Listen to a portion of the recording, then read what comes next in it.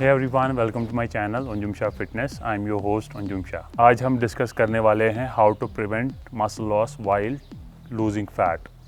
First thing first, muscle loss होना is not very easy. It's very tough job for body to lose muscles.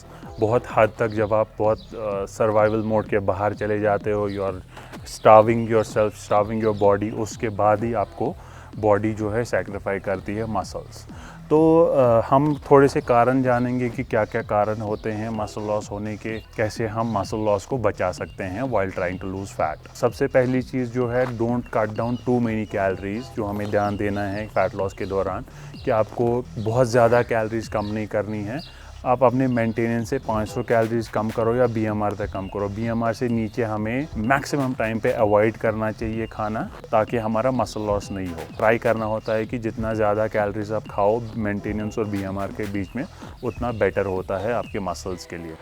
दूसरी चीज़ है, weight loss और fat loss के बीच में difference होता है। व्हेन यू सी कि weight loss, it can be muscles, it can be fat, it can be electrolyte, it can be glycogen, it can be your waste, it can be your food. तो weight के पीछे नहीं भागना है। बहुत ज़्यादा weight loss अगर हो रहा है तो उसमें देखना है कि क्यों हो रहा है, एम आई फीलिंग वीक, और मेरा फील कैसा हो रहा है। तो वो चीज़ आपको उस टाइम पे ध्यान देनी है कि मुझे फील कैसा हो रहा है वेट लॉस जब हमारा हो रहा है। तो हमें एम करना चाहिए 0.5 किलोज़ पर वीक ऑन एन एवरेज जो है 1% होता है। 1% बॉडी का हमें एम करना चाहिए कि वेट लॉस पर वीक होना।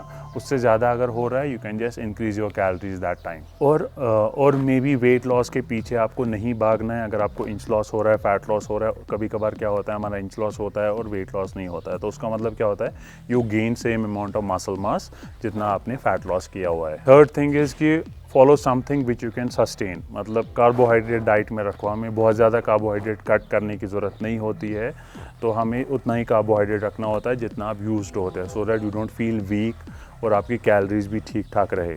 चौथी चीज़ है कि introduce resistance training in your routine. तो रेजिस्टेंस ट्रेनिंग बहुत ज़्यादा इंपॉर्टेंट है। एक टाइम पे when you are trying to lose fat, एक टाइम तक आपका फैट लॉस आराम से हो जाता है till the time your body adapt. तो उसके बाद आपको रेजिस्टेंस ट्रेनिंग में ही इंप्रूवमेंट कर सकते हो। मतलब आप और एक एक्सरसाइज ऐड कर सकते हो which will help you to lose fat and save your muscle mass. तो हमें स्केलेटल मसल्स ट्रेन करनी होती है सारी। इस वजह से हम रेजिस्टेंस ट्रेनिंग में आपके डिफरेंट बॉडी पार्ट्स को डिफरेंट डेज पे ट्रेन करते हैं, ताकि उनकी रिकवरी भी अच्छे से हो। फिफ्थ थिंग इज कि आपको प्रॉपर तरीके से रिफीड करना है। व्हेन यू फील कि आपका ग्लाइकोजन कंप्लीटली डिप्लीट हुआ है, आपको रिफीड करने की जरूरत है। रिफीड के लिए मैंने अलग से एक वीडियो बनाया है, if you want you can see. छठी चीज़ भी है, अगर आप बहुत टाइम तक डाइट कर रहे हो तो आपको डाइट ब्रेक करने की ज़रूरत होती है। If you are not losing fat any more, आप बहुत ज़्यादा हार्ड ट्राई करते हो, कैलोरीज भी कम बहुत ज़्यादा कर रहे हो, उस टाइम पे चांसेस होते हैं you may lose your muscles.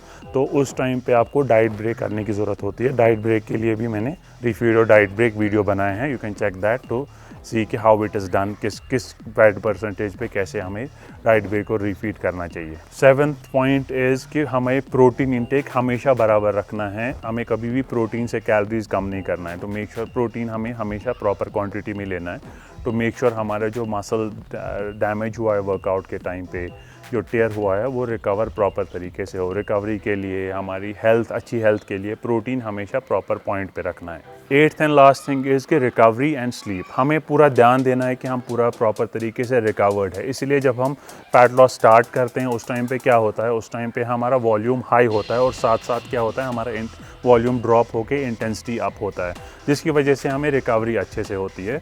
And हमें उसके साथ साथ ध्यान देना है कि हम 6 से 8 घंटे की प्रॉपर स्लीप ले रहे हैं, जिसकी वजह से हमें रिकवरी में काफ़ी हेल्प मिलता है। अगर स्लीप में कुछ डिस्टर्बेंस हो रहा है या कुछ हो रहा है, पहले आपको वो चीज़ भी ध्यान देना चाहिए कि मेरा स्लीप डिस्टर्ब नहीं होना चाहिए, मेरा स्लीप अच्छा होना चाहिए, और रिकवरी का भी हमें पूरा ध्यान रखना होता है। So if you have any questions regarding this, just comment on this video. If you like this video, please share and subscribe to my channel Anjum Shah Fitness. Thank you.